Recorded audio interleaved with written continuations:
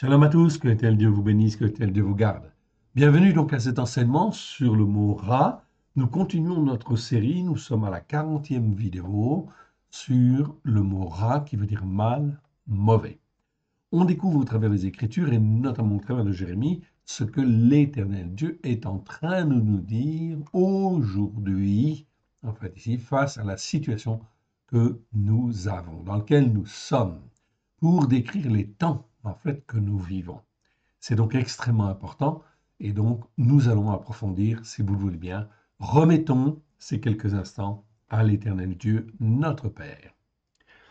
Père très saint, nous te rendons grâce dans le précieux nom de Yeshua, ton Fils bien-aimé. Nul n'est comme toi dans le ciel.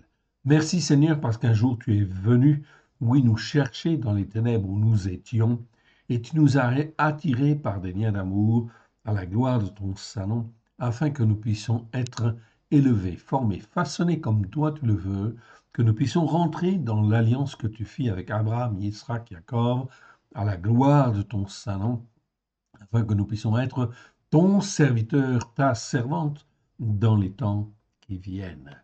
Merci Seigneur pour ta bonté, pour ta grâce, car tu nous fais participer, oui Seigneur, à ta gloire. Nous te rendons grâce dans le précieux nom de Yeshua. Et dans ta main bienfaisante, car sans toi, nous ne pouvons rien faire. Merci Seigneur pour tout ce que tu vas nous donner aujourd'hui. Que ton nom soit béni, honoré, loué, toujours et partout. Amen. Allons donc dans notre texte, nous sommes arrivés dans Jérémie chapitre 25, verset 32, si ma mémoire est bonne. Oui, c'est ça. Verset 32 nous dit, donc Jérémie 25, 32. Donc regardez bien ce qui est marqué ici, et nous allons donc étudier plus en détail ces versets. Ainsi parle l'Éternel des armées, voici, le malheur va de nation en nation, une grande tempête s'élève des extrémités de la terre. Et oui, c'est donc quelque chose en fait de terrible qui est en train de venir. Vous ne pouvez pas vous imaginer ce qui vient, mais c'est vraiment en fin de compte un malheur en fin de compte qui va de nation en nation, comme c'est écrit ici, et une grande tempête s'élève des extrémités de la terre. On va regarder cela plus en détail afin de se former, se façonner. Point besoin d'avoir peur, évidemment, mais il est extrêmement important d'apprendre à être dans l'obéissance et la soumission à l'Éternel Dieu afin d'être là où il veut, afin que nous puissions faire les œuvres que lui a préparées d'avance dans les temps qui viennent. Donc, comme à l'habitude, nous allons regarder le mot malheur. En fait, ici, c'est le mot rat, plus en détail, comme on le fait en fait à chaque fois, pour bien effectivement, en fait ici, bien comprendre la définition de ce mot, non seulement, mais aussi pour petit à petit, en fait, découvrir le fonctionnement des racines hébraïques de la foi. Donc, le mot rat, on va donc le regarder en fait encore. C'est la même définition que nous avions vue la fois dernière aussi, mais c'est important de retravailler dessus, afin que notre esprit se cale sur, en fait, ici, la pensée hébraïque. Alors ici, nous avons le mot ra. Ra, en fait, ici, c'est resh haïm, comme vous le voyez, en fait, là, 663 fois dans 623 versets, c'est un adjectif. Numéro Strong 07451. La première fois où on l'a, c'est dans Genèse, chapitre 2, verset 9, où l'Éternel, dans le jardin d'Éden, planta l'arbre de la connaissance du bien et du mal. Le bien et le mal. Donc, quand en fait Dieu, en fait ici, en fait installe ou instaure le bien et le mal, la connaissance du bien et du mal, c'est pour qu'on apprenne à faire une distinction, et lui, en fait une distinction très nette entre ce qui est bien et ce qui est mal. Et il veut nous apprendre justement à discerner, afin que nous puissions être des hommes debout, des hommes forts, des hommes matures, apprendre à distinguer ce qui est bien et ce qui est mal. C'est un apprentissage, en fait ici, afin d'être expérimenté, en fait ici, d'être mature, d'être adulte spirituellement. Donc le mot en fait ra veut dire mal, mauvais. ce qui est mal, ce qui est mauvais, l'est grave. Selon les racines hébraïques anciennes, la racine en fait resh aïn, ok, resh aïn, comme vous le voyez là, est l'emblème de tout ce qui est terrestre, opaque et mauvais, enfin même plutôt mauvais hein, en général. C'est le mal par essence, tant sur le plan physique, comme les vaches laides par exemple, que moral ou spirituel, c'est-à-dire le mal qui s'oppose au bien. C'est donc une chose très très très importante, évidemment, en fait, apprendre à distinguer ce qui est bien de ce qui est mal. Il existe une variante de ce mot hébreu, ra, c'est en fait ici le mot ra'a, en fait ici. Donc c'est une forme allongée où on a en fait un kamatz et puis un et en fait ici. Ok. Qui exprime en fait trois choses. Ok. Première chose, c'est d'abord le féminin de l'adjectif ra. Ok. Première en fait ici possibilité. Ok. La deuxième possibilité, en fait, ici, c'est que, en fait, ra'a veut dire, avec la terminaison kamatz et, rallongé, peut aussi exprimer un mal augmenté, en fait, ici. Comme par exemple, si ra, ça veut dire mal mauvais, ok, eh bien, ra'a, ça pourra dire féroce, par exemple, ok. C'est pourquoi on pourra traduire par une bête féroce plutôt qu'une mauvaise bête. Okay, c'est ce que l'on voit notamment dans la Genèse avec en fait l'histoire effectivement de Joseph. Joseph qui a été vendu en fait ici, ok, et en fin de compte ses frères ont pris la tunique de Joseph et l'ont trempée dans le sang, faisant croire qu'une bête féroce avait dévoré en fait Joseph. Donc, deuxième possibilité, c'est le mal augmenté, en fait, ici. Okay. Troisième possibilité, enfin, effectivement, c'est très courant, en fait, notamment chez les prophètes. Okay. Le mot ra'a veut dire malheur. Okay. Donc, troisième possibilité, malheur. Le mot ra'a est classé, en fait, avec le même numéro strong que le mot ra, l'adjectif ra, mais il existe 284 fois dans les Écritures. On le trouvera 70 fois dans le livre de Jérémie, Yirmiyahu, en fait ici. Rien que dans le livre de Jérémie, Yirmiyahu, 70 fois, où le mot hébreu Ra exprime très exactement le malheur dû à la désobéissance ou à la rébellion qui perdure dans le temps. Okay. En définitive, on peut retenir cette définition très claire okay, et véritablement bien posée sur les Écritures, c'est que le malheur, okay, ra'a, est très clairement la conséquence des péchés, des transgressions, des iniquités qui perdurent en fin de compte dans le temps. Okay. C'est donc en fait une chose certaine en fait ici, et donc c'est tout à fait biblique, effectivement. Donc quand on désobéit ou quand on n'écoute pas la parole, on ne la met pas en pratique, eh bien, si ça perdure, automatiquement et systématiquement, cela va entraîner en fait bon, des conséquences. Des conséquences, et ça va entraîner donc le malheur. Ou le mal en retour. Si je fais le mal, je récolte le mal, en fait ici, ou le malheur, tout simplement. Ensuite, nous avons vu le verbe ra'a. En fait ici, je m'y arrête, en fait ici, pour que vous puissiez bien le voir, parce qu'on aura l'occasion de le rencontrer plusieurs fois. Okay.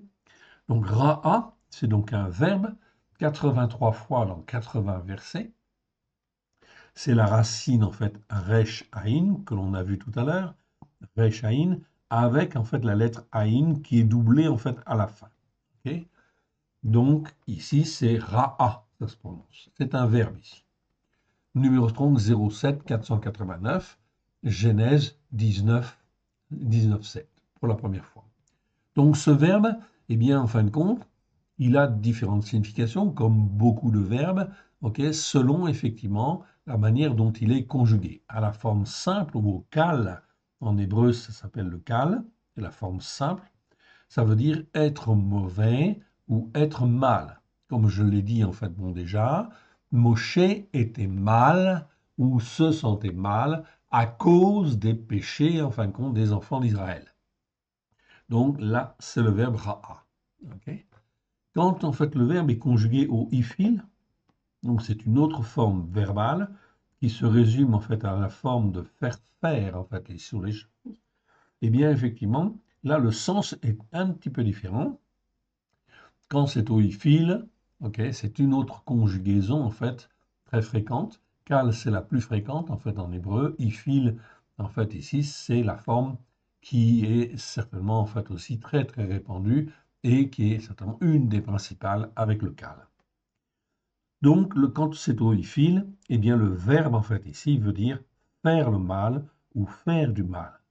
Comme quand l'Éternel dit en fait ici dans certains versets, et on aura l'occasion de le voir, ok, où l'Éternel dit, je ne leur ai pas fait de mal, ou je commence à leur faire du mal. Ok. Donc là, c'est le verbe ra'a, conjugué en fait au ifi. Ok. Puis, nous avons découvert un autre mot en fait hébreu, et celui-là, on va le rencontrer encore aujourd'hui, en fait, assez fréquemment, chez effectivement Jérémie. Donc là, on va le retrouver, ro'a, c'est la racine rechaïn, comme vous voyez, mais vocalisé un petit peu différemment. Ok. C'est un olam et un patar. Donc ça fait ro'a en fait en hébreu. Là, c'est un nom, c'est plus un verbe ou un adjectif, qui existe 19 fois dans 19 versets. On les verra tout à l'heure. Numéro Strong 07 455. Et là, effectivement, ça commence dans Genèse 41, 19. Ce mot a la même racine que l'adjectif ra, resh aïn, vous le voyez, qui parle de mal, de ce qui est mauvais. Le mot roi n'est plus ici un adjectif, mais un nom masculin en hébreu, et décrit en fait un état de dégradation morale et spirituelle intense où se mêlent malice, perversité, influence des esprits mauvais, des esprits de Bélial, c'est-à-dire de Satan. Bélial existe 27 fois dans 26 versets. Donc c'est très très important. Donc plus l'iniquité perdure en fin de compte dans le temps, plus les péchés, les transactions perdurent dans le temps, eh bien en fin de compte, le cœur de l'homme, en fait ici, se dégrade, okay, et arrive dans une dégradation, en fait un état de dégradation morale et spirituelle intense où se mêlent malice automatiquement, perversité et influence des esprits de Bélial. Okay. Donc là, ça peut être l'influence de mauvais esprits de tout genre, hein, évidemment. Ça peut être de l'endurcissement, ça peut être de l'orgueil, ça peut être de toute forme en fin de compte ici, c'est-à-dire tout ce qui correspond à des, à des aspects charnels de l'homme. Okay, vous avez toujours une correspondance spirituelle qui en augmente en fait la dimension, en fait, ici. Donc c'est très très important de bien comprendre cela. Satan, en fin de compte, se cache, en fait, ici, derrière, en fait, ici, les péchés, en fin de compte, des hommes, etc., de leur faiblesse charnelle. Donc c'est très très important à comprendre. Je vous recommande le livre, en fait, Les voleurs dans le temple, où vous avez là, en fait, pour la délivrance, d'excellents, effectivement, groupements de démons, en fait, ici, qui agissent et qui sont là dans le but, en fait, d'enchaîner les hommes dans, en fait, l'endurcissement. Okay. Et plus ils s'endurcissent, plus ils ont du mal, en fait, à revenir et, en fin de compte, à être sauvés. Dieu est tout-puissant, donc il peut, en fin de compte, retirer, en fait, ici, de n'importe quelle situation, évidemment, un cœur qui se repent. Okay, pourvu, en fin de compte, qu'il se repente. Mais, en fait, ici, le problème, c'est que plus le cœur s'endurcit, moins, en fait, ici, l'individu a effectivement de chances ou d'opportunités de se repentir et de revenir, en fait, à Dieu. OK.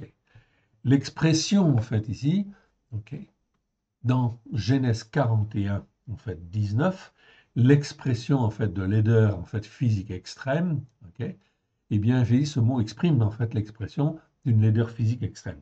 Les vaches sont tellement laides qu'elles peuvent être décrites comme étant affreuses ou indigestes. Donc, c'est un état de dégradation, en fait, ici. On ne va pas spécialement dire moral et spirituel, parce que là, c'est physique, mais ça correspond effectivement à un état moral et spirituel de dégradation extrêmement important de l'Égypte, en fait, à l'époque. OK. Donc, affreuse et indigeste.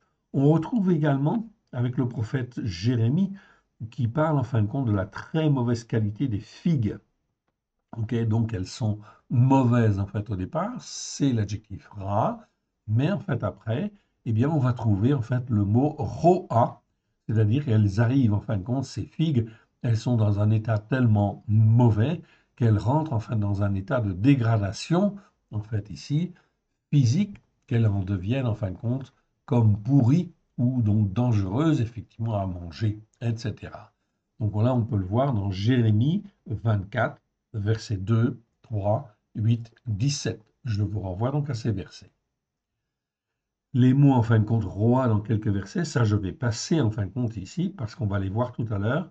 Ok, vous verrez que ce mot-là est très mal traduit. Donc lorsqu'on tombe sur un mot en fin de compte comme cela, roa, ok, eh bien en fin de compte, il n'y a pas 36 solutions. Comment en fin de compte je peux trouver en fait ici la signification profonde de ce mot? Il faut que je prenne ce mot-là, ok, que je pose la question en fait au Seigneur, oh oui bien sûr, mais que j'examine en fait ici dans les Écritures tous les versets où ce mot-là en fait existe, et là en fait l'Esprit Saint va me montrer ou va nous montrer en fait ici pourquoi en fait ici ce mot-là est vocalisé différemment, qu'est-ce que cela veut dire, etc. Par rapport à ra, ra ça veut dire mal, mauvais, et roa, eh bien, on finit par en fait comprendre que ça nous parle d'une dégradation morale et spirituelle intense, ok, ou physique, on peut dire aussi, où se mêle en fait ici malice, perversité et influence des mauvais esprits quand il s'agit d'une dégradation morale et spirituelle. C'est toujours, il y a toujours l'interprétation en fait au sens propre d'une chose, ok, en hébreu, mais vous avez toujours la signification, en fin de compte, au sens figuré du terme. Et c'est toujours, en fin de compte, très important de la découvrir, en fait, ici. Pourquoi? Parce que l'écriture, elle est spirituelle, en fait, ici. Elle n'a qu'un seul but, les écritures. Elle nous est donnée dans le but, en fait, ici, de former l'âme des uns et des autres, si du moins ils veulent écouter et mettre en pratique avec grâce et vérité. Donc la parole de Dieu, bien sûr, elle est spirituelle, oui. Je peux l'interpréter au sens propre du terme, mais ce n'est pas suffisant. C'est pour ça que nos traductions, la plupart du temps, ok, ne voient que le sens en fait propre en fait ici, le sens spirituel n'est pas très développé en fait, ou le sens figuré n'est pas très développé dans nos traductions. Elle existe, on a effectivement un certain sens, mais ça ne va pas, c'est pas suffisant en fait ici. Donc c'est pour ça que c'est important et fondamental de revenir aux sources, aux racines hébraïques de la foi, afin effectivement d'être formé, façonné comme l'Éternel Dieu le veut. Encore un autre exemple issu de la racine ra, c'est le mot ra'av. Ça, on l'a vu aussi la fois dernière. Donc ra'av, c'est la racine ra avec en fait un bet en fait au bout. Ok, je vous le montre en fait tout de suite. En fait ici, un petit instant, je montre ma définition. Donc ra'av, en fait ici, vous le voyez, c'est resh aïn et en fait un bet à la fin. Ok, qui est une racine composée. Cette racine nous parle de faim, de l'état d'être affamé, de la famine. Donc dans la Louis II, en fait ici, le mot ra'av existe 101 fois dans 88 versets. C'est en fait un des mots qui est bien traduit, très bien traduit. En fait ici, on va trouver 89 fois traduit par famine et 12 fois par faim. Donc c'est plutôt bien. Donc là, il n'y a pas de dérive en fin de compte ici, c'est bien. Bien que dans certains versets, ce serait mieux de garder le mot famine quand même que le mot faim. Mais enfin bon, c'est similaire, on a effectivement le sens. Le sens au sens propre, mais aussi au sens figuré. On est bien d'accord. Okay. Enfin, le verbe ra'a, très important. Donc là, on a la racine resh aïn. Ok. Donc resh aïn, c'est en fait ce qui est mal, ok, ou mauvais, ou plus simplement terrestre, ok. Et puis en fait, on a le symbole et en fait ici, ok. Et c'est le symbole de la vie, en fait, ici. Donc, on parle de ce qui est mal, et puis, en fin de compte, il y a la vie. Ok, donc comment en fait on va traduire ce mot-là? C'est un verbe qui existe 173 fois dans 144 versets, ok? 07 460, 440, pardon, 462. Et la première fois où il apparaît, c'est dans Genèse 4, 2, où on dit que, en fait ici, Abel était berger, berger ou pasteur. Et là, on trouve le verbe en fait ici, ok? Et on s'aperçoit quand on consulte en fait ici ce verset-là et les autres versets, donc il y en a 144, eh bien ça nous parle de quelque chose de très très clair. En fait ici, c'est que celui qui est appelé un berger ou un pasteur, c'est celui qui prend soin en fait ici, ok, qui en fait apporte tous les soins en fait terrestres, ok, ça exprime tous les soins terrestres que l'on apporte aux peines, aux soucis, aux chagrins, aux afflictions, d'où le verbe paître qui en découle évidemment. Ok. Ainsi, le mot pasteur, ok, ainsi découle le mot pasteur, pasteur ou berger. Ainsi, selon les Écritures, la responsabilité en fin de compte des pasteurs, ok, ou des brebis est de prendre soin des brebis afin qu'elles aient la vie. Pas seulement qu'elles deviennent adultes, mais qu'elles aient la vie. Hein, le et en fait ici qui termine en fait le verbe nous parle en fin de compte de la vie, mais de la vie spirituelle, de la vie de Dieu. La vie terrestre, c'est une chose, mais la vie spirituelle, c'est encore plus important évidemment. Donc le rôle d'un berger ou d'un pasteur, sur le sens propre en fait ici, terrestre, on le comprend, c'est d'élever les brebis pour qu'elles deviennent matures, on est bien d'accord, mais au sens en fait figuré du terme, c'est les élever, s'en occuper, en prendre soin, afin qu'elles aient la vie éternelle. Oui, bien sûr. Donc le rôle des pasteurs et des bergers est donc extrêmement en fait important et fondamental, oui bien sûr.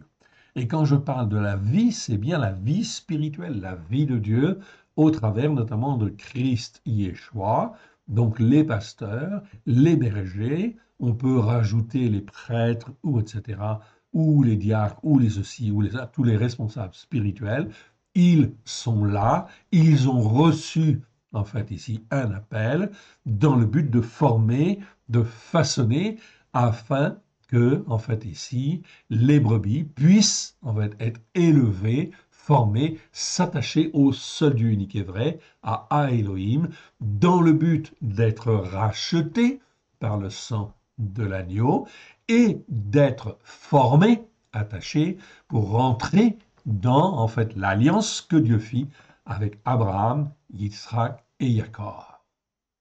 Mon frère, ma sœur, tout est accompli depuis 2000 ans. Oui, déjà.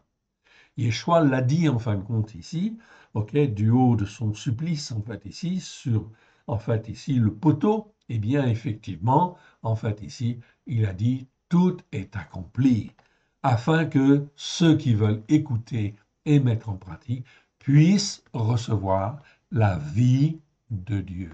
Cela fait 2000 ans. On va y revenir tout à l'heure. Voici d'autres mots hébreux élevés sur la même racine ra. Donc on a Resh Aïn Dalet, en fait ici, qui va nous parler en fin de compte de peur, en fait ici, tout simplement. OK. Et on va trouver en fin de compte ici, effectivement, donc il va nous parler de peur, l'état d'être effrayé. On voit le mot Ra'ad, en fait en hébreu, Ra'ad dans les dictionnaires traditionnels. OK. Mais c'est pas toujours bien traduit non plus. Exode 15, 15 où c'est mieux de traduire un tremblement d'épouvante les saisit plutôt que simplement un tremblement les saisit. Car il y a la notion de frayeur, de peur en fin de compte, qui est inclus en fin de compte dans ce mot-là à cause de la racine resh aïn. Autre mot que nous avons vu, resh vav aïn, okay, qui décrit l'état d'être perverti, mauvais, malfaisant. L'action de suivre un mouvement matériel, faux, désordonné, c'est aussi le sens de ce mot-là, en fait, ici. On trouve le verbe roua, qui en fait voudrait dire, selon les dictionnaires traditionnels, faire du bruit, crier, pousser des cris de guerre, de joie, de plainte. Okay. On ne peut être que sceptique en fait ici par rapport à cette définition que nous donnent les traducteurs en fait traditionnels. Donc là, dans ce cas-là, il n'y a pas 36 solutions. Il faut consulter en fait ce verset-là, ce mot-là, et tous les versets dans lesquels il est utilisé. Et en fait ici, eh bien, rechercher avec, pardon,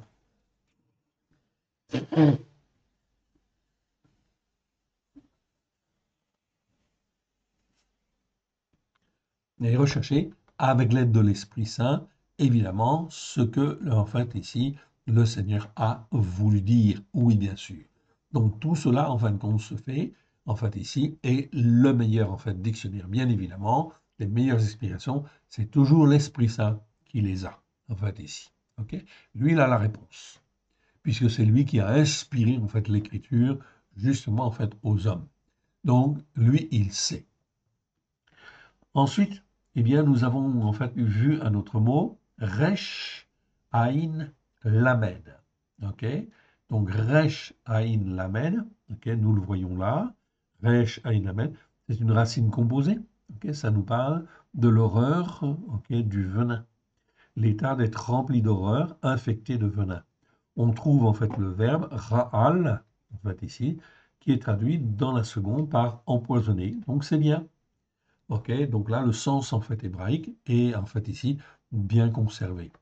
Resh Aïn Tzadé, c'est aussi une racine composée. Ça nous parle de l'action de rompre, de fracasser, d'agir en furieux. Ok, donc voir le verbe ra'atz, en fait ici, que je vois, ra'atz, qui est traduit simplement par briser, affliger.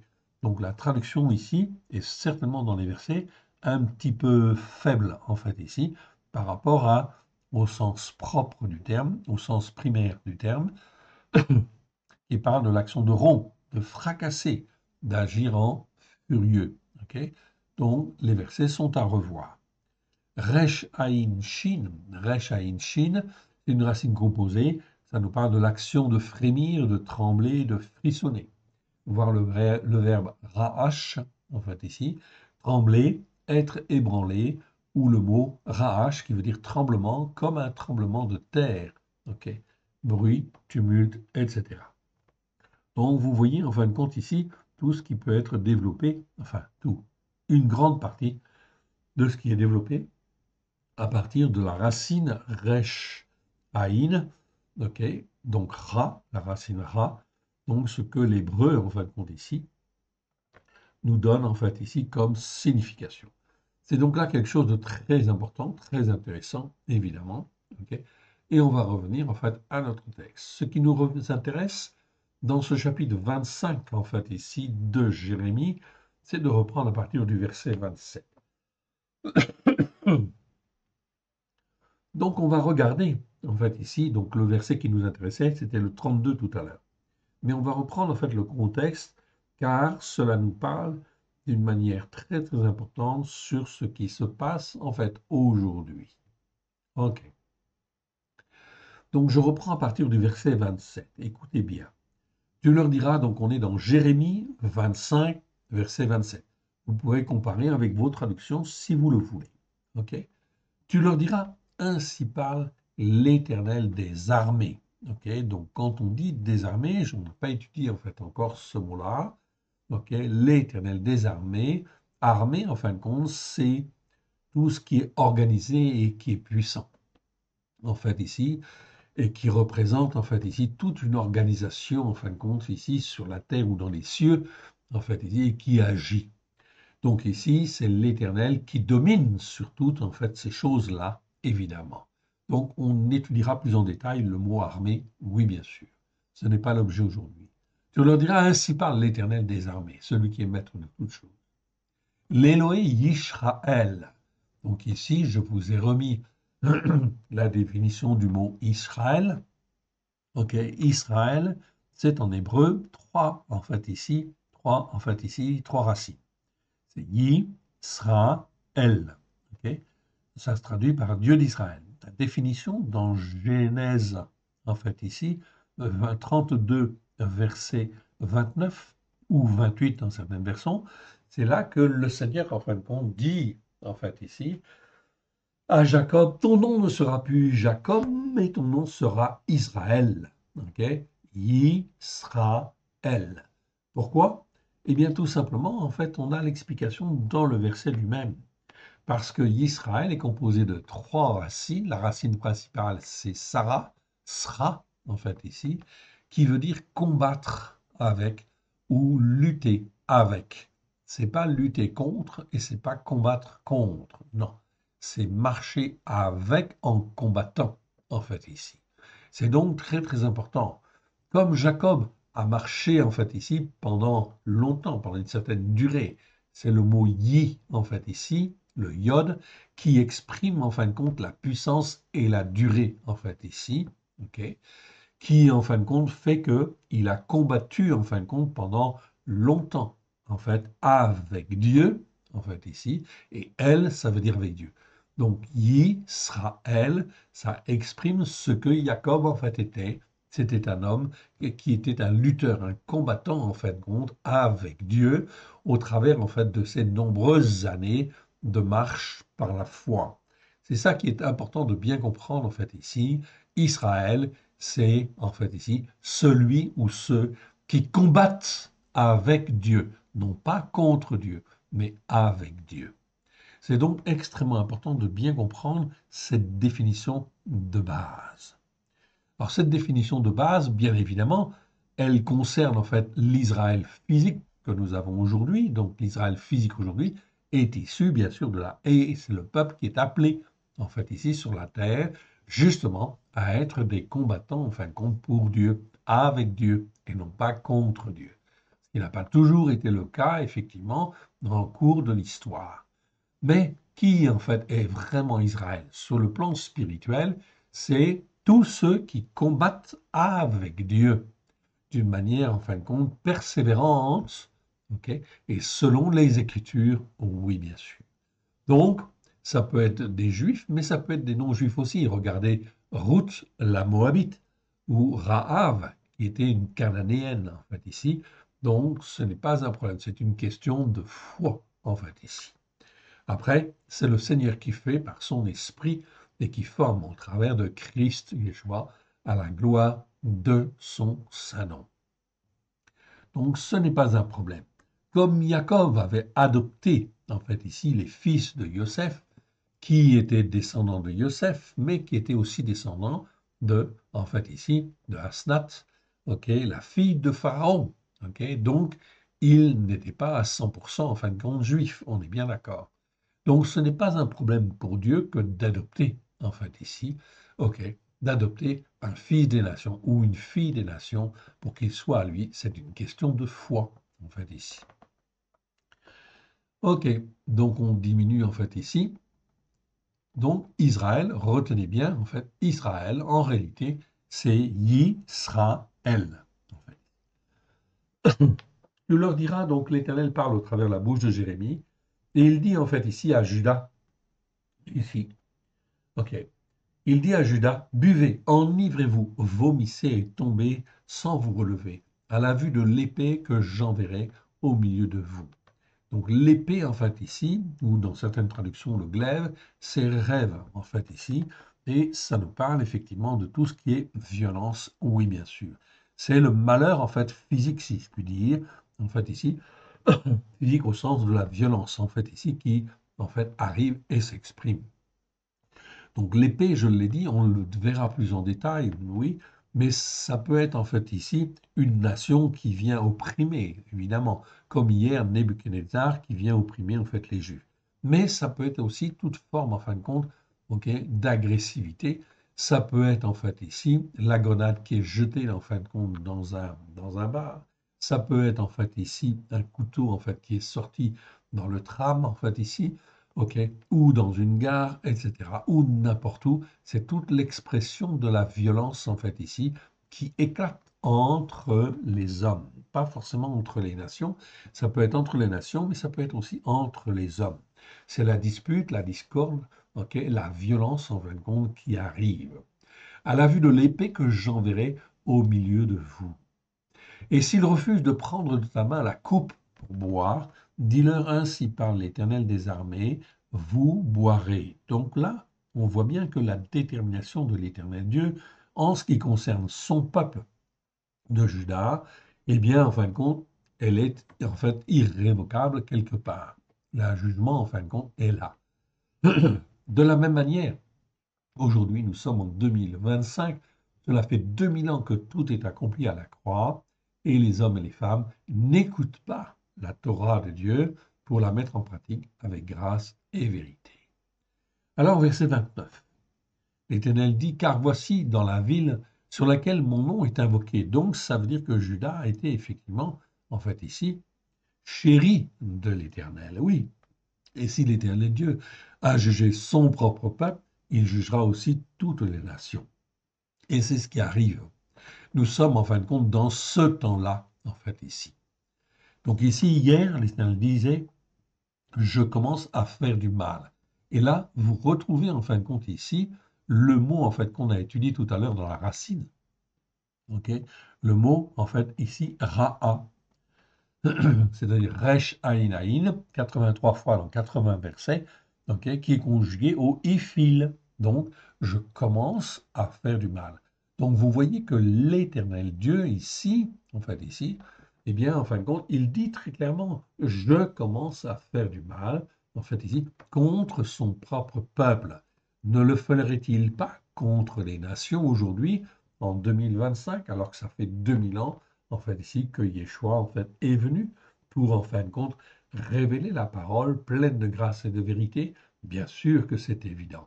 Okay, c'est une évidence claire, okay, mais ça n'a pas toujours été annoncé. Oui, bien sûr, maintenant, ça l'est d'une manière officielle. Oui, bien sûr. Donc, c'est bien sûr, en fait, ce que le Seigneur annonce déjà, car avant qu'il fasse, eh bien, il annonce. Cela fait donc des années déjà que j'annonce en fait ces choses-là, effectivement, au travers des vidéos que nous avons fait, des séminaires que nous avons fait un peu partout en fait en France. Et c'est une réalité en fait maintenant. Je commence à faire du mal et vous, vous resterez impunis. Vous ne resterez pas impunis car j'appellerai l'épée sur tous les habitants de la terre. Si des gens, en fin de compte, avaient des doutes, en fait, ici, eh bien, en fin de compte, ils ne peuvent plus, en fait, en avoir. Okay, car, en fait, ici, on voit bien, en fait, ici, le Seigneur dit, en fait, ici, sur tous les habitants de la terre. OK. J'ai perdu mon verset. OK, 32. Voilà. OK. J'ai perdu mon verset, je le retrouve.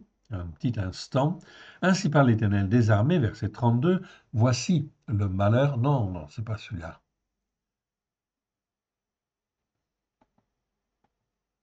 Voilà. Verset 29. Voilà. Verset 29. Car voici, dans la ville sur laquelle mon nom est invoqué, je commence à faire du mal, et vous, vous resteriez impunis, et vous, vous nations, en 2025, vous resteriez impunis, okay, car j'appellerai l'épée sur tous les habitants de la terre. Ici, je retrouve en fait le mot terre, en fait ici. Terre, c'est le mot en fait Eretz. Okay, quand Dieu créa les cieux et la terre, en fait ici, je retrouve bien le mot Eretz, qui est 2502 fois dans 2190 versets. Okay, donc ça, c'est bien le mot Eretz qui est traduit soit par Eretz ou pays. Mais ici, c'est la terre, en fait, ici. Okay, c'est très clair que c'est la terre. Pourquoi? Parce que d'autres versets vont le confirmer, en fait, aussi. Il n'y a pas d'ambiguïté, en fait, là-dessus. Donc, car j'appellerai l'épée sur tous les habitants de la terre. L'épée, encore une fois, c'est en fait le terrorisme. Okay, donc, ce que nous avons vu, en fait, ici, avec le Hamas et Israël, c'est effectivement quelque chose d'abominable et de terrible. Mais les nations n'imaginent pas, en fait, ici, aucunement que cela peut venir, en fait, sur leur terre, en fait, ici, dans leur pays. Mais c'est effectivement ce qui va arriver, évidemment, inévitablement. C'est une, en fait, expression de l'épée. Ce n'est pas la seule. Les autres expressions, en fin de compte, de l'épée, c'est en fin de compte ici la violence en fait entre les gangs. C'est en fait ici la violence en fait ici d'un homme, en fait, ici, envers une femme, etc., qui s'exerce, en fait, ici, où l'on tue, en fin de compte, des jeunes filles, etc., où on enlève, en fait, des enfants, etc. Toute forme de violence. Et cette expression, en fin de compte, de violence va automatiquement, en fin de compte, s'élever dans tous les pays occidentaux, en fait, ici en particulier. Pourquoi? Parce qu'ils sont de culture judéo-chrétienne, mais, en fait, en étant de culture judéo-chrétienne, ils n'ont pas écouté pour mettre en pratique la Torah. Ils ont pris ce qui leur semblait bon, ils ont fait leur théologie, et en fin de compte, eh bien, ils ont été sur leur montagne spirituelle, mais ils ne sont pas montés sur la montagne de Sion.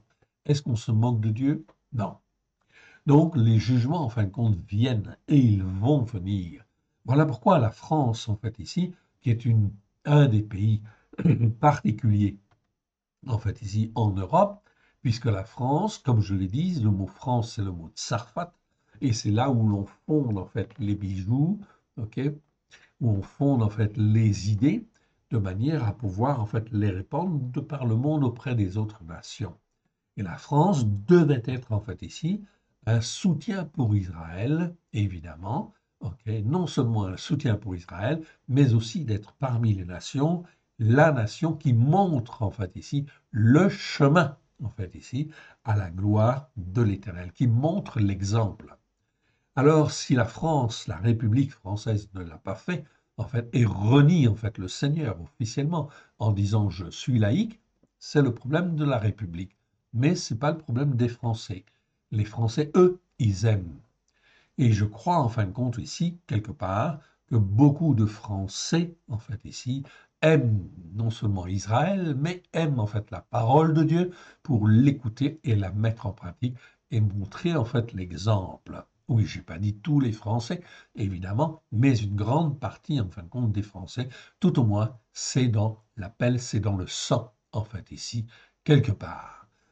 Donc, la France a effectivement, ou les Français, ont effectivement un appel prophétique à réaliser parmi toute la tourmente en fait qui va venir. Car l'épée va venir, ici c'est bien écrit, l'épée va venir sur tous les habitants de la terre. Donc en France, donc en Espagne, donc en Italie, donc en Allemagne, etc. Et vous allez voir forcément et inévitablement les extrêmes droites qui vont forcément et inévitablement s'élever face à la violence qui va venir, oui. Tout cela est un phénomène que l'Éternel, enfin Dieu, permet, et il faut que ce soit fait comme cela. Pourquoi? Eh bien, tout simplement parce que les intellectuels de gauche, ou les intellectuels, entre guillemets, démocratiques, ont toujours, en fait, poussé et formé, en fait, les hommes et les femmes, comment dire, en dehors, en fin de compte, de la parole de Dieu, ok, en voulant tolérer toutes les religions. Non, c'est pas ça qu'il fallait faire. Il fallait former et façonner les hommes dans la vérité, bien évidemment, de la parole de Dieu à la gloire de l'Éternel. Donc, il y avait effectivement un juste milieu, enfin, juste milieu. Enfin, il fallait prendre parti pour la parole de Dieu, pour la Torah. Comme Yeshua, en fin de compte, a dit très clairement, en fait, ici, je ne suis pas venu pour abolir la Torah et les prophètes, je suis venu pour, en fait, ici, l'accomplir. Donc, ça veut dire qu'en fin de compte, tous les croyants auraient dû aller dans ce sens-là. Aujourd'hui, la colère de l'Éternel, oui, va se répandre sur tous les habitants de la terre. Déclaration de l'Éternel des armées. C'est une déclaration officielle. Verset 30. Et toi, tu leur prophétiseras toutes ces choses et tu leur diras. L'Éternel rugira d'en haut. Donc l'Éternel rugira d'en haut. Donc c'est l'expression d'une colère, en fait, ici extrêmement forte. De la demeure de sa sainteté, il fera retentir sa voix, il rugira comme le lieu de contre le lieu de sa résidence. Donc hier, c'était effectivement le temple. Le lieu de la résidence, en fin de compte, ok, de Dieu aujourd'hui, c'est qui? C'est quoi? C'est où? Eh bien, c'est tous ceux qui sont appelés, en fin de compte, ok, par Dieu pour reconnaître que Christ, en fait, ici, est le Sauveur. Et comme le dit Paulos, dans ce cas-là, qu'est-ce qui se passe?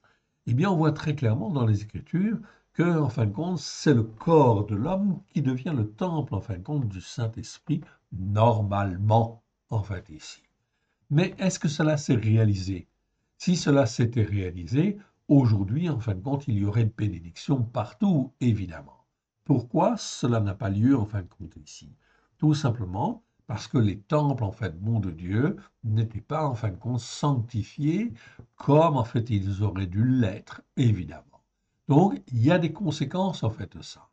Donc, l'Éternel rugira contre le lieu de sa résidence, contre le lieu, en fait, ici, ok, tous les temples, en fin de compte, où il aurait dû être.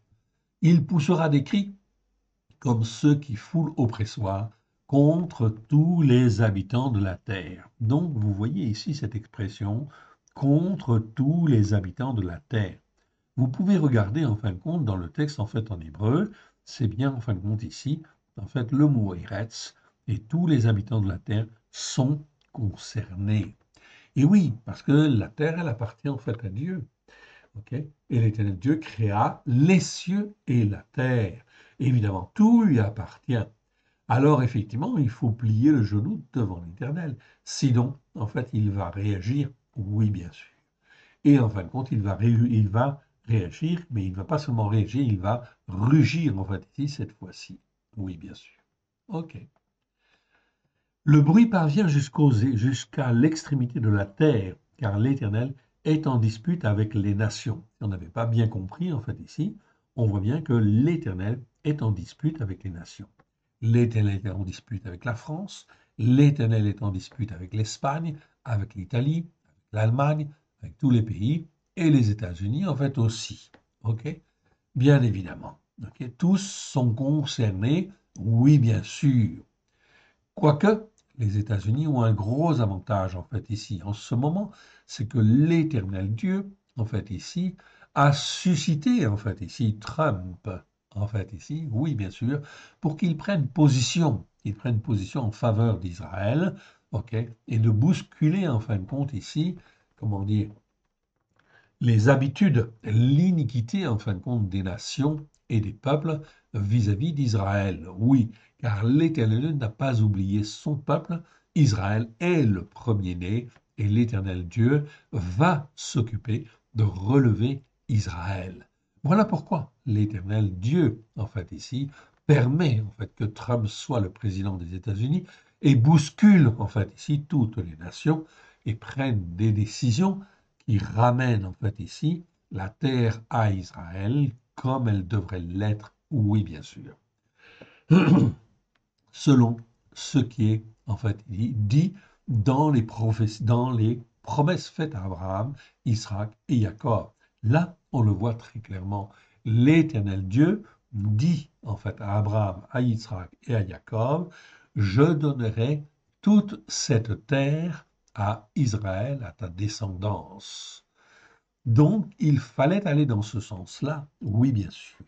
Et les nations faisant le partage, en fait, en 1900, après la guerre, ok, 1939-1945, donc en 48, lorsque les nations ont créé l'État d'Israël, c'est bien les nations qui l'ont créé. Elles ont fait un partage, mais elles n'ont pas écouté, en fait, ici, la parole de Dieu pour, en fait, ici, se rapprocher de ce que Dieu, en fin de compte, avait fait, avait voulu. Résultat des courses, la colère de l'Éternel va se répandre. Contre toutes les nations, tous les habitants de la terre, oui bien sûr, pour d'autres raisons, oui bien sûr, parce qu'ils n'écoutent pas et ne mettent pas en pratique. Verset 31. Le bruit parvient jusqu'à l'extrémité de la terre. Donc ici, en fait ici, le bruit, en fait ici, parvient jusqu'à l'extrémité de la terre.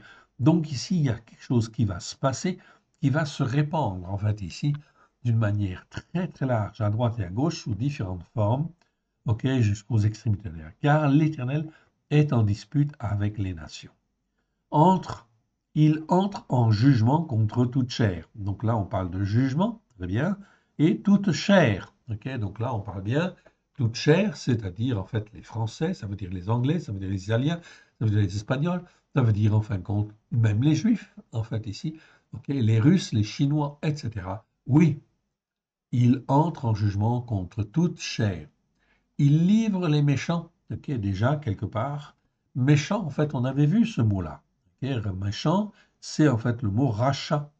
Donc, on a vu, en fin de compte, ces versets-là.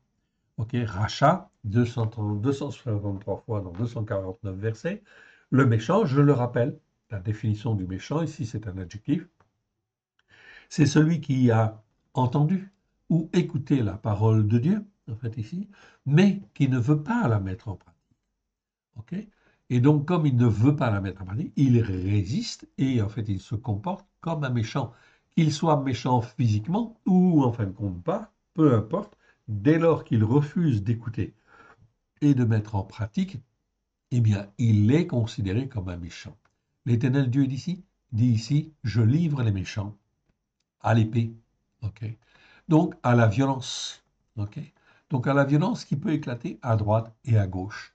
Donc l'insécurité, en fait, va monter, que ce soit à Grenoble, que ce soit à Mulhouse, que ce soit à Paris, que ce soit à Nantes, etc. Ok? Les méchants vont être livrés à l'épée. Déclaration de l'Éternel. Verset 32. Regardez bien.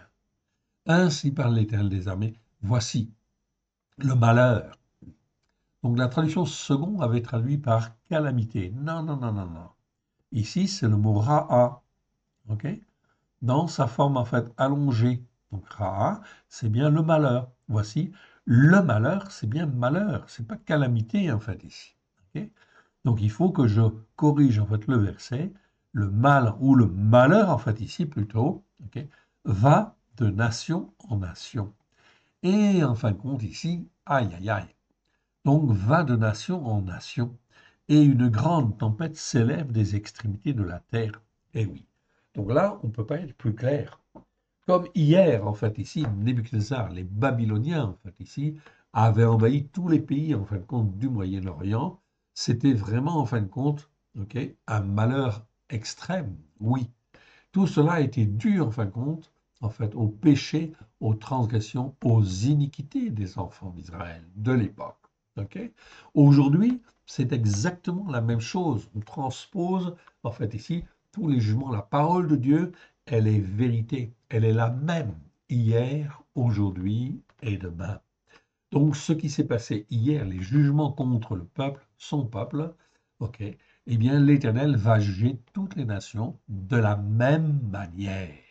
Voilà pourquoi l'Éternel Dieu annonce de manière très très claire ici dans ce verset 32, voici, le malheur va de nation en nation, et une grande tempête s'élève des extrémités de la terre. Pourquoi croyez-vous que Trump, je reviens en fin de compte à Trump, non pas que je suis un fan de Trump, la question n'est pas là. Moi, je suis fan de la parole de Dieu. Ok. Et je regarde, j'écoute en fait l'Esprit et je regarde ce que le Seigneur fait. Je regarde ce que le Seigneur fait en fait ici et en fait ce qu'il veut faire en fait aussi, ce qu'il me montre qu'il va faire. Pourquoi croyez-vous que Trump a été élu et qu'il bouscule en fait et les uns et les autres? Bien sûr qu'en fin de compte, cela va effectivement entraîner beaucoup, beaucoup de bouleversements, oui, parce que c'est un homme en fait qui bouscule en fait les choses, tout simplement en fait ici. Pourquoi? Parce que l'Éternel Dieu le permet. Il a un plan en fait ici à accomplir. Il veut relever en fait Israël d'abord, ok? Et donc, en fait, ici, eh bien, il va faire, en fin de compte, que justement, enfin, Trump puisse, en fin de compte, ici, répondre, en fait, ici, à certaines de ses attentes, qui est notamment de relever, en fait, Israël au plus haut niveau. Oui, bien sûr.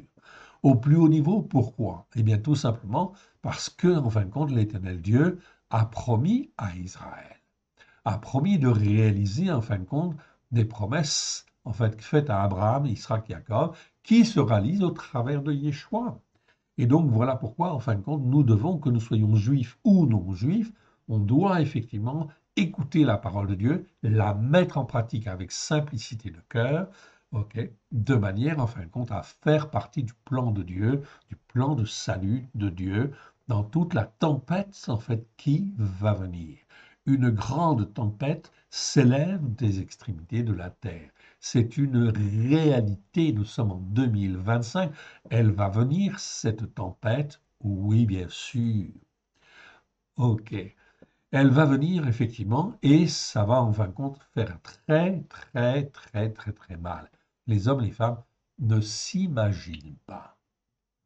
Verset 33. Ceux que tuera l'Éternel en ce jour seront étendus d'un bout à l'autre de la terre. Je retrouve en fin de compte ici le mot Eretz. Eretz, je vous le rappelle encore, en fait ici, et je le mets en évidence. Eretz, 2502 fois dans 2190 fois, c'est un nom féminin.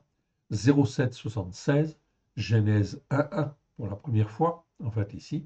Donc on a effectivement le mot terre, en fait ici, qui apparaît.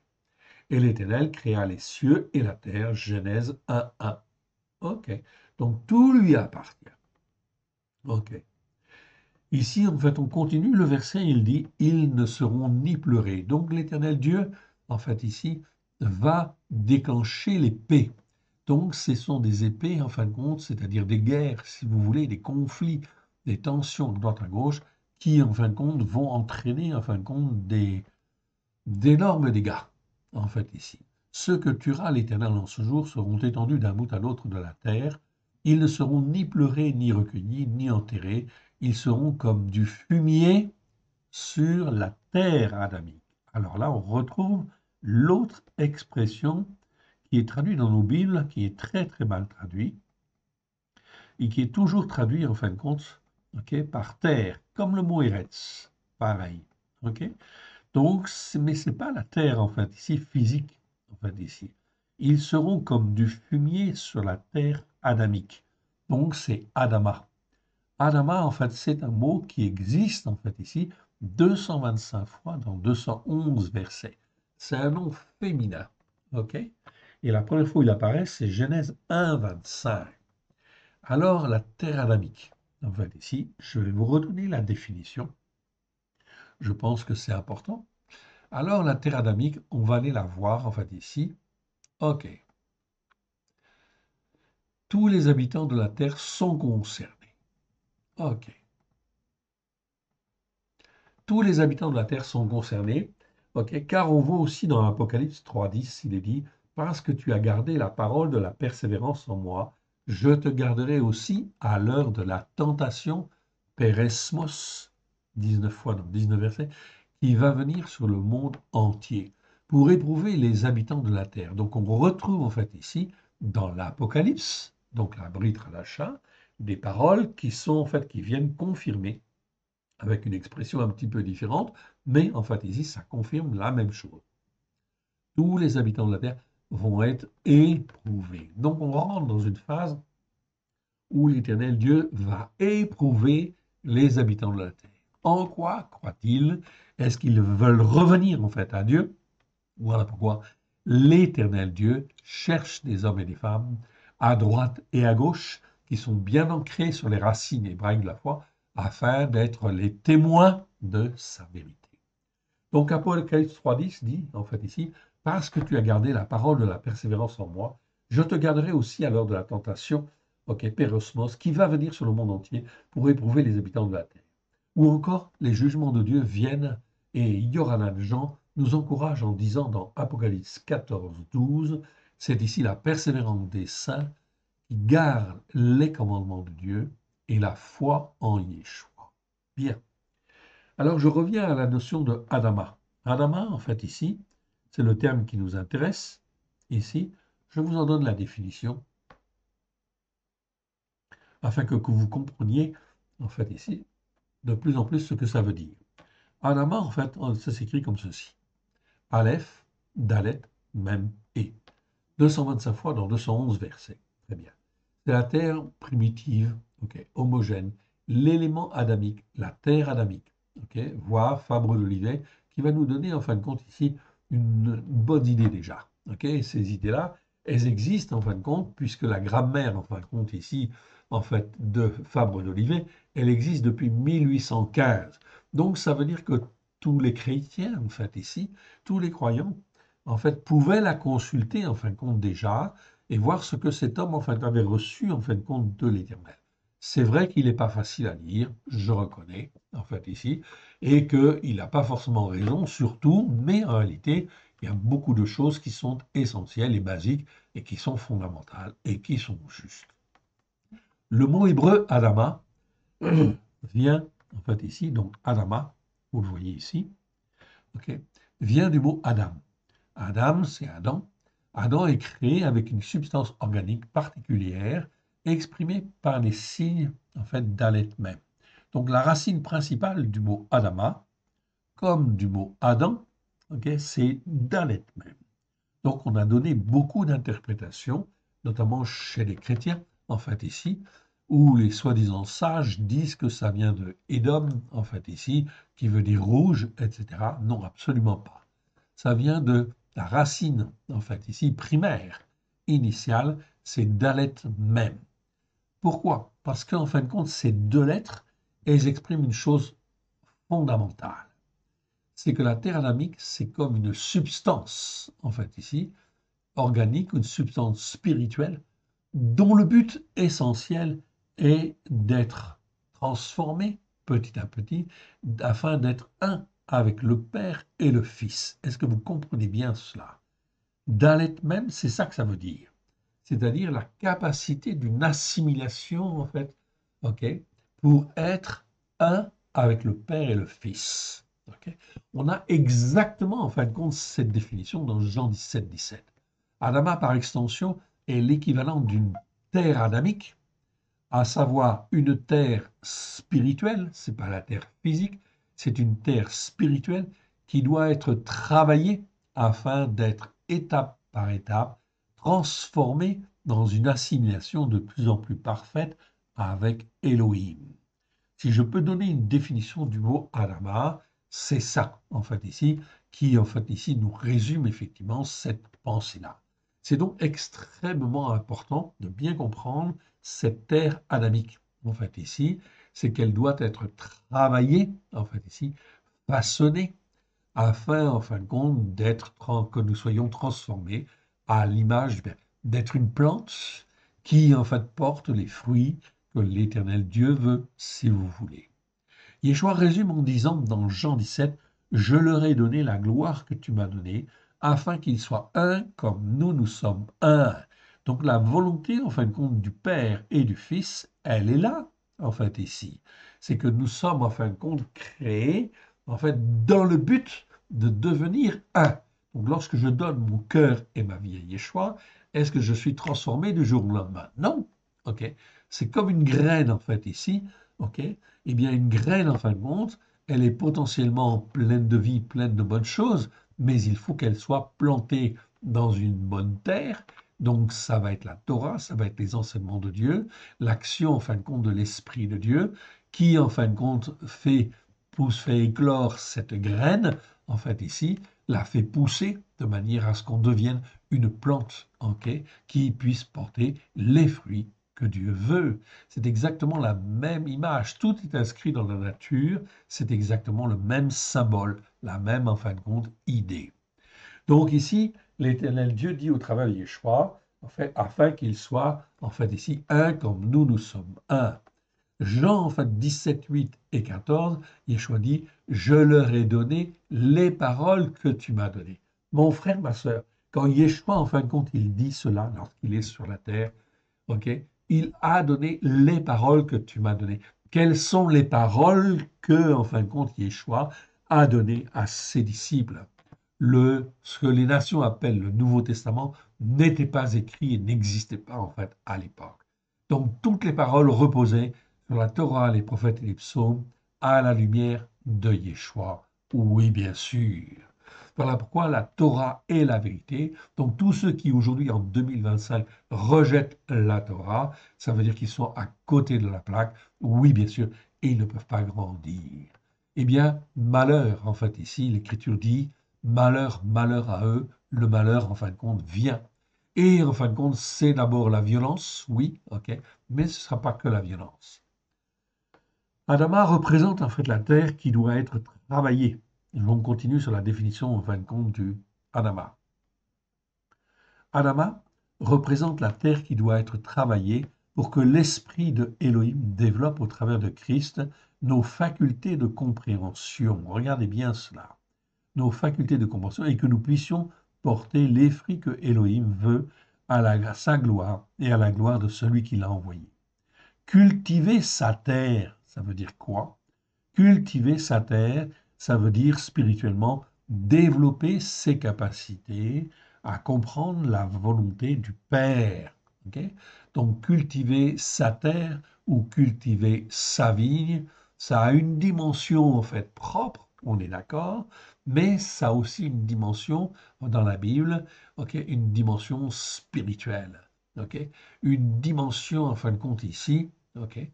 Qui est extrêmement importante, okay, et qui n'est malheureusement pas expliquée ou peu expliquée.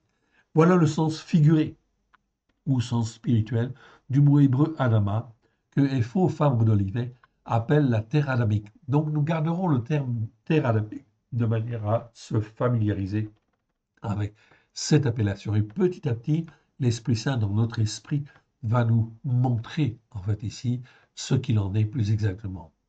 C'est-à-dire de quoi, en fait, ici, nous sommes faits, en fait, en réalité.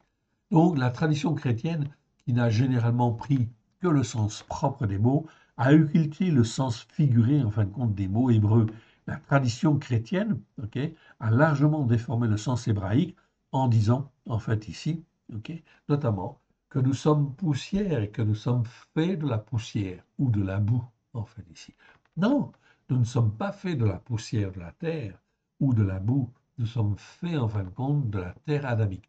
Adama, en fait ici, dans le but en fait ici d'être travaillé, façonné et en fin de compte d'être formé afin d'être, comment dire, dans l'assimilation parfaite du Père et du Fils. Je ne veux pas dire image ou ressemblance avec le Père et le Fils. Non, c'est une assimilation en fin de compte pleine et entière avec le Père et le Fils. Ok. En fait ici, notre nature,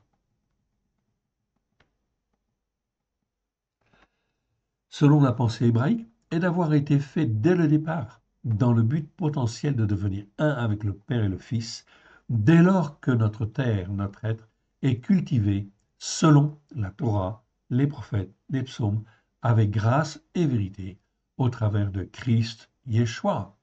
Donc voilà en fin de compte une définition du mot Adama.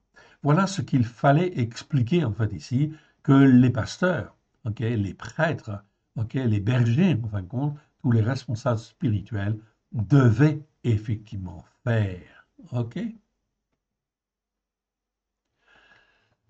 Et toi, tu leur profiteras toutes ces choses, verset 30, et tu leur diras, okay, l'Éternel rugira de la demeure de sa sainteté, il fera retentir sa voix, il rugira contre le lieu de sa résidence, il poussera des cris comme ceux que foule au pressoir contre tous les habitants de la terre. Donc, la tempête qui va venir est une tempête, en fait ici, qui va ravager toutes les nations, oui, les unes après les autres, d'une manière progressive, mais ça va s'enclencher.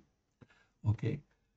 Le bruit parvient jusqu'à l'extrémité de la terre, car l'Éternel est en dispute avec les nations. Il entre en jugement contre toute chair. Il livre les méchants à l'épée. Déclaration de l'Éternel. Ainsi parle l'Éternel des armées. Voici le malheur, va de nation en nation. Une grande tempête s'élève des extrémités de la terre. Je réduis en fin de compte ici ma définition, de manière à ne pas mettre trop de désordre dans ma base. OK. Et en fin de compte ici, le mot Adama, je le réduis en fait aussi, etc. Donc, vous voyez, il y a une différence entre la terre physique et la terre Adama, effectivement, en fait ici. Donc, on gardera le terme, en fait, adamique, en fait ici, pour Adama. Verset 34. Regardez bien, en fin de compte, ce que le Seigneur fait. Gémissez, pasteur. Aïe, aïe, aïe. Donc là, en fin de compte, qu'est-ce que j'ai? J'ai le mot, en fin de compte, ra'a, que je vous ai montré tout à l'heure dans la définition, ok, qui est le verbe paître. Ra'a, 173 fois, ok, c'est pas 173, hein, Ok, Ra, c'est 144. Voilà, donc je mets 144. Donc 173 fois dans 144 versets. Ok, là, c'est conjugué, donc d'une certaine manière. Ok, on ne va pas se formaliser en fait avec ça. Ok, donc je réduis ceci, ça, j'ai pas besoin. Ok. Donc ici, gémissez pasteur. Donc l'Éternel Dieu est en train de dire en fait ici, tout sera, c'est tout ce qui était chargé de paître, de former, depuis en fin de compte 2000 ans en fait ici. Vous étiez chargé en fin de compte de former, de façonner en fait ici les brebis de manière à ce qu'elles puissent avoir la vie éternelle. Ok, et non pas en fin de compte de les élever pour qu'elles soient dans une théologie religieuse, catholique, protestante, évangélique, orthodoxe ou autre, non, en fait ici, mais qu'elles soient dans la théologie de l'Éternel, dans, en fin de compte, les enseignements que l'Éternel Dieu a voulu sur la montagne de Sion, évidemment. Donc, ça veut dire sur la montagne de la sainteté de Dieu, évidemment. Donc, c'est la seule montagne spirituelle qui est valable.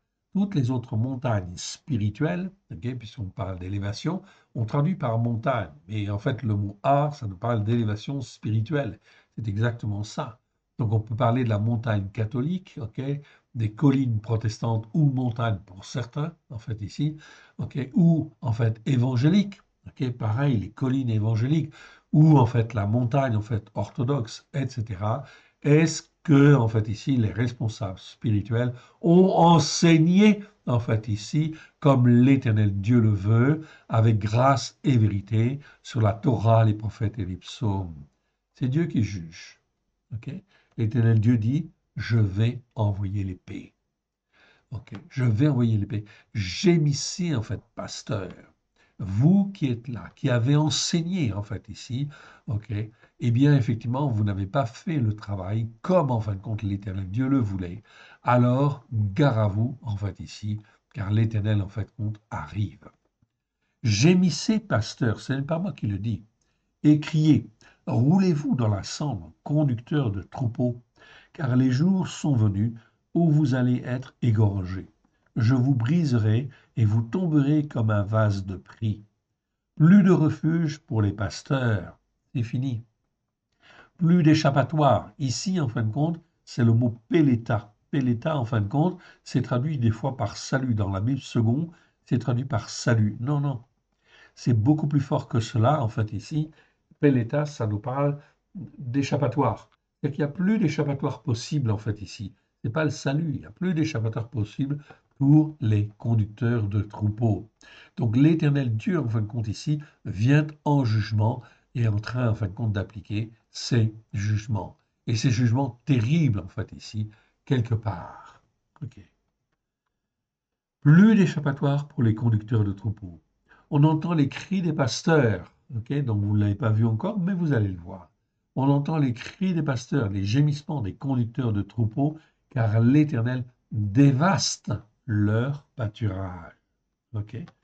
Les habitations paisibles sont détruites par l'ardeur consumante. Ici, c'est le mot raron. Je vous l'ai montré en fin de compte déjà. On ne traduit pas ce mot en fin de compte par fureur. Non, il y a un autre mot pour ça. Raron, c'est l'ardeur consumante. C'est plus exact que de dire, en fait ici, c'est plus exact de dire ardeur consumante, en fait ici, que fureur. Donc ces l'ardeur sont détruites par l'ardeur consumante de la colère. Colère, c'est affre. Donc colère de l'Éternel, là c'est bien. Il a abandonné sa demeure comme un jeune lion, sa tanière, car leur pays, en fait ici, donc je retrouve le mot Eretz, qui peut être traduit soit par terre, soit par pays, c'est bien, en fait ici.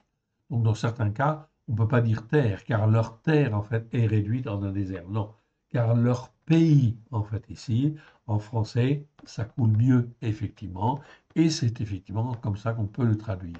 Donc Eretz, c'est soit terre, soit pays, en fait, ici. Donc là, on est bon si on traduit comme ça. OK? Donc, car leur pays, en fait, ici, est réduit en un désert par l'ardeur consumante de l'oppresseur. Okay? L'oppresseur, La seconde dit destructeur, mais oppresseur c'est mieux parce que c'est le mot tsar en fait ici, et ça nous parle de l'oppression en fait ici, ok, qui amène en fait l'angoisse. Donc l'ardeur consumante de l'oppresseur, et par l'ardeur consumante de sa colère. Donc on voit bien ici qu'il y a bien en fin de compte une fureur qui se répand. Ceci était en fin ici le temps en fait du jugement des jugements, au temps en fin de compte de Juda en fait ici avant la destruction de Jérusalem.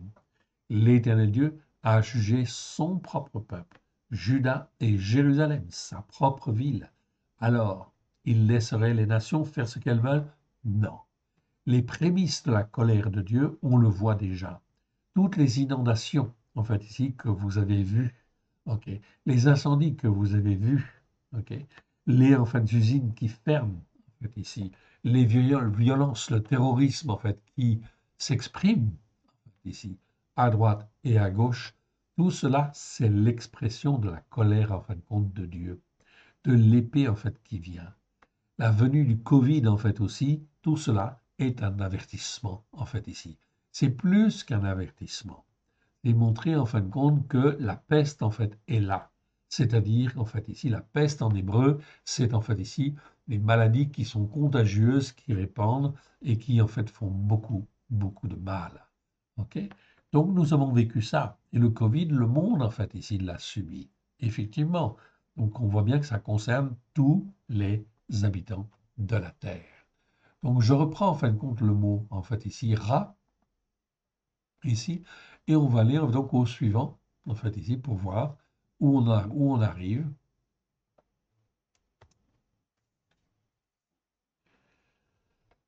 OK, donc ça, on a vu. OK, et on va au suivant. Et on arrive, en fin de compte, maintenant au chapitre 26 de Jérémie. Donc, on est passé au chapitre suivant. OK. Donc là, on était dans le chapitre 25, on était en 604 avant Jésus-Christ. OK. Ici, en fin de compte, ce chapitre-là, c'est un chapitre qui relate en fait des faits qui sont antérieurs, en fait, ici, à 604 avant Jésus-Christ.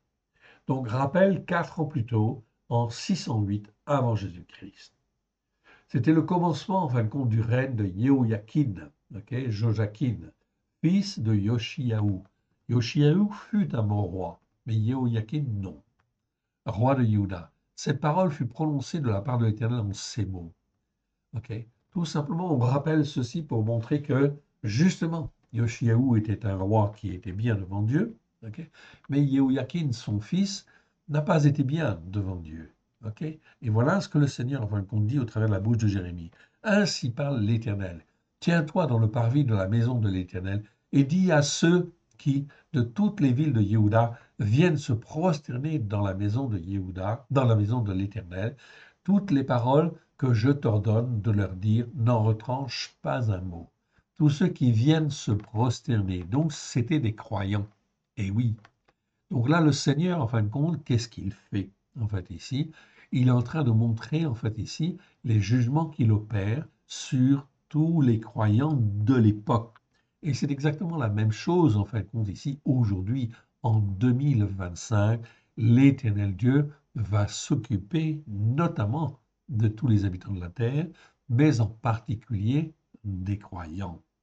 Des croyants qui ne prennent pas position, etc., pour lui, qui n'écoutent pas la parole de Dieu pour la mettre en pratique, alors qu'ils ont été rachetés par le sang de l'agneau, afin d'être le temple, en fait, de l'Éternel.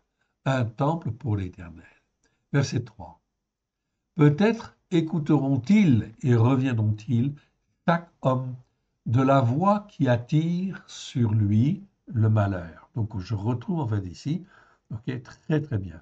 En fait ici, c'est pas la mauvaise voix simplement, en fait ici, ok, c'est la voix en fin de compte de malheur, en fait ici, qui attire sur lui le malheur. Exactement de la même manière aujourd'hui, les hommes et les femmes sont sur une voie qui attire en fin de compte sur eux le malheur. Dès lors que l'on n'écoute pas la parole de Dieu avec grâce et vérité, au plus profond de soi-même, en fait, de son cœur, cela veut dire qu'on est sur une voie de malheur, en fait, ici. OK. Donc, l'Éternel annonce cela. Mais je me laisse réfléchir du malheur que j'avais pensé leur faire à cause de la dégradation morale et spirituelle de leurs actions. Ok. Donc ici, je retrouve le mot ro'a, en fait ici, que l'on a étudié en fin de compte ici. Dégradation, en fait, morale.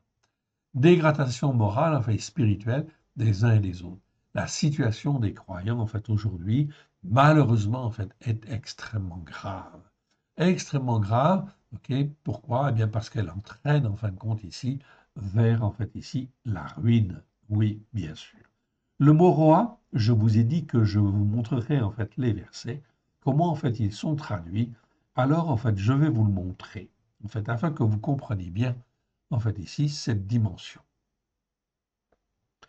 Alors, on arrive en fait ici, je remonte en fait ici un peu, ok, et j'arrive en fait au mot roi. Ok, donc le mot roi, le voici. Ok, donc je vous le montre, je l'agrandis. Donc on avait vu déjà le résumé tout à l'heure, mais ce mot-là est très mal traduit. Ok, donc roa, resh aïn en fait ici, 19 fois dans 19 versets, c'est un nom masculin. Ok, ça vient de ra qui parle de mal ou de méchanceté. Le mot roa, en fait ici, ok, roa, pardon, il n'y a pas de H, exprime généralement la méchanceté au sens moral et spirituel, ou plutôt la dégradation. C'est mieux de dire la dégradation. Dégradation spirituelle que méchanceté. Au sens moral et spirituel. Une dégradation morale et spirituelle, ok, où se mêlent malice et perversité. Mais c'est aussi l'expression de la laideur physique extrême, de l'apparence malade, avec les vaches tellement laides qu'elles sont décrites comme affreuses, ou en fait les figues qui sont de très mauvaise qualité. Ok. Donc le mot roi est très mal traduit dans nos Bibles. Je vous donne les 19 versets. Ok. Comme ça, vous les aurez. Ok. Donc dans Genèse 41, 19, le mot est traduit par laide, en fait, ici, ou affreuse, je ne sais plus. Ok. Bref, ici, on doit traduire plutôt par affreuse, en fait, ici, ou abominable. Ok. Dans Deutéronome 28, 20, ok, le mot roi est traduit par méchanceté. Méchanceté, non. C'est la dégradation morale et spirituelle des actions. Donc la traduction, en fait, compte ici, dans la seconde, est faible. Et je ne peux pas traduire par méchanceté. Car la méchanceté, on l'a vu, c'est le mot récha, en fait, ici. 1 Samuel 17, 28. Eliab accuse son frère de malice de son cœur, de ton cœur. Donc la malice, c'est un peu faible en fait ici, mais c'est déjà un autre mot. Mais c'est plutôt de la perversité. Néhémie a le cœur rempli de tristesse. Non, c'est pas tristesse. La traduction est à revoir.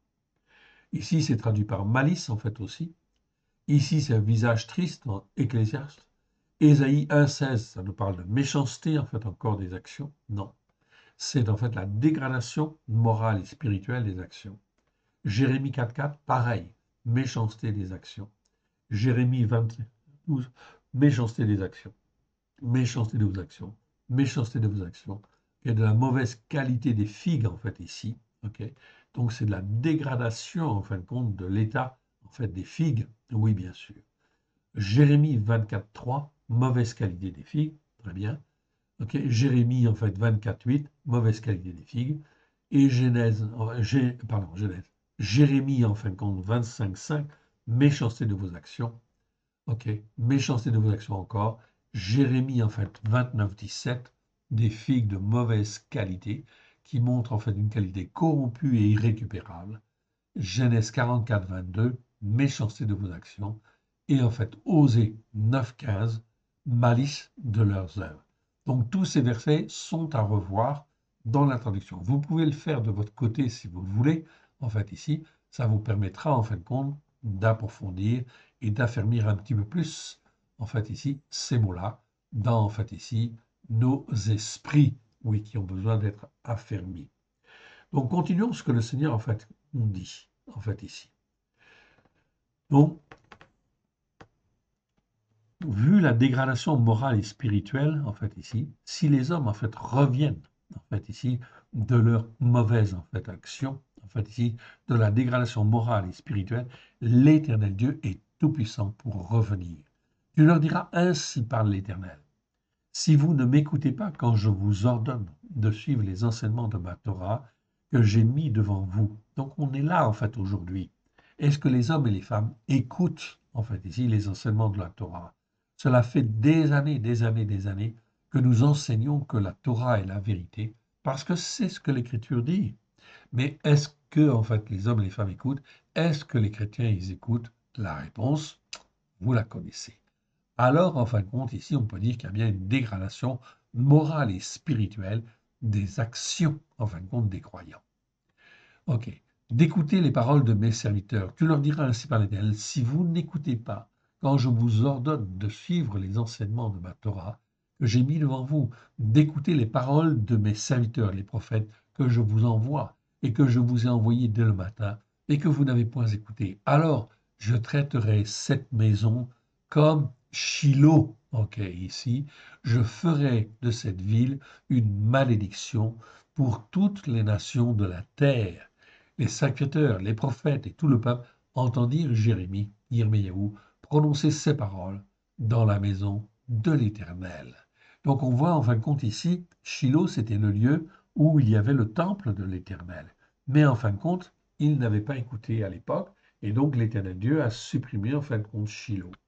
Et il prévient en fin de compte avant, ok, ici en fin de compte dans les années 604, ok, donc la destruction de Jérusalem c'est 586, ok, donc c'est 14 en fin de compte 18 ans plus tard, en fait ici, et effectivement donc ils n'écoutent pas, ils ne persévèrent pas. Alors comme Yirmiyahu achevait de dire tout ce que l'Éternel leur avait ordonné de dire à tout le peuple, les sacrificateurs, les prophètes et tout le peuple se saisirent de lui et lui en disant, tu mourras. Pourquoi prophétises-tu au nom de l'Éternel en disant cette maison sera comme Shiloh et cette ville sera dévastée, privée d'habitants. Tout le peuple s'attroupa autour de Yirmiyahu dans la maison de l'Éternel.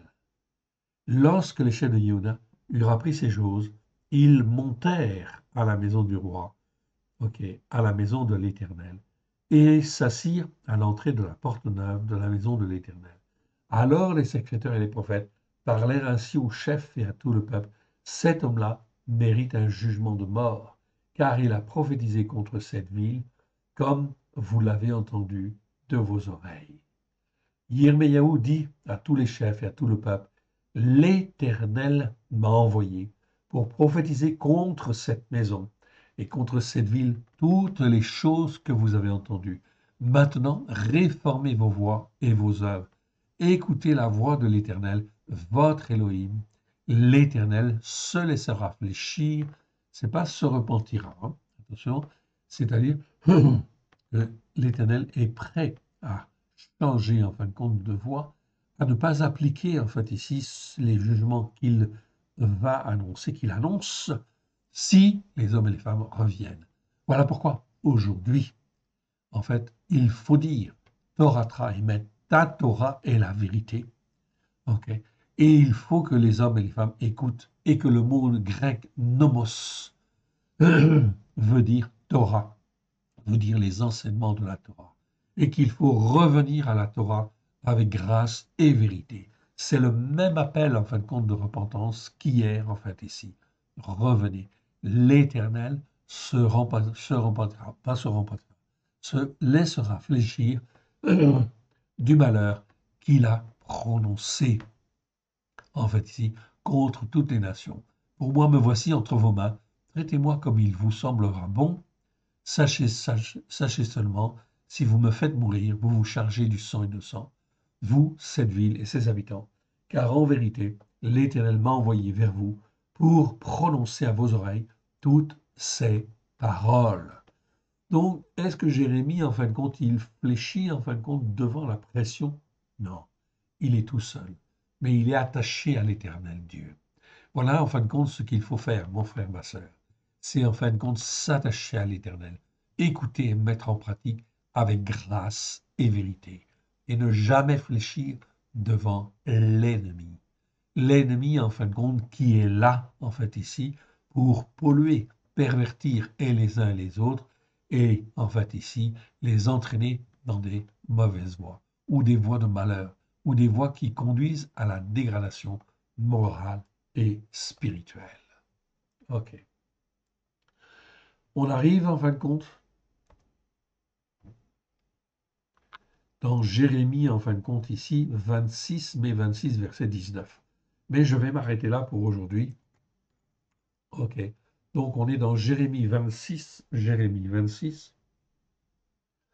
verset 19. Et on reprendra en fin de compte là, la fois prochaine. Ok.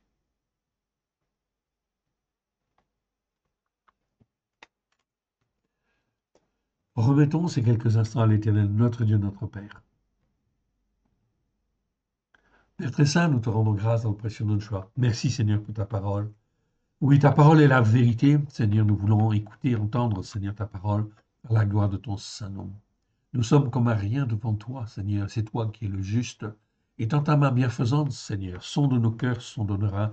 Vois s'il y a quelques ténèbres dans nos cœurs. Oui, Seigneur, que ta lumière puisse nous éclairer, nous former, nous façonner à la gloire de ton saint nom. Aide-nous, mon Dieu, mon Père, à te faire plaisir. Forme-nous, façonne-nous, Seigneur, afin que nous puissions porter le fruit, les fruits que toi tu veux, afin de te glorifier, toi, Père très saint, comme toi tu le veux. En ces temps qui viennent, Seigneur, tes jugements sont justes, oui, Seigneur. Tout ce que tu fais sur la terre est juste, ô mon Dieu. Et dans ta main bienfaisante, même si nous ne comprenons pas tout, nous sommes là, Seigneur. Parle, Seigneur, ton serviteur, ta servante, écoute, que ton nom puisse être glorifié dans nos cœurs, dans nos vies, et autour de nous, auprès de quiconque, oui, tu veux, à la gloire de ton Saint nom. Étends ta main bienfaisante, car tu es le Dieu de la vie, tu es El Shaddai. Nous te rendons grâce, Père très saint, pour tout ce que tu as fait dans nos cœurs et dans nos vies, tout ce que tu fais maintenant et tout ce que tu vas faire demain. Nous te rendons grâce. Nous voici, Seigneur, pour faire ta volonté. Alléluia. Amen. Que Dieu vous bénisse et que Dieu vous garde. Shalom à tous.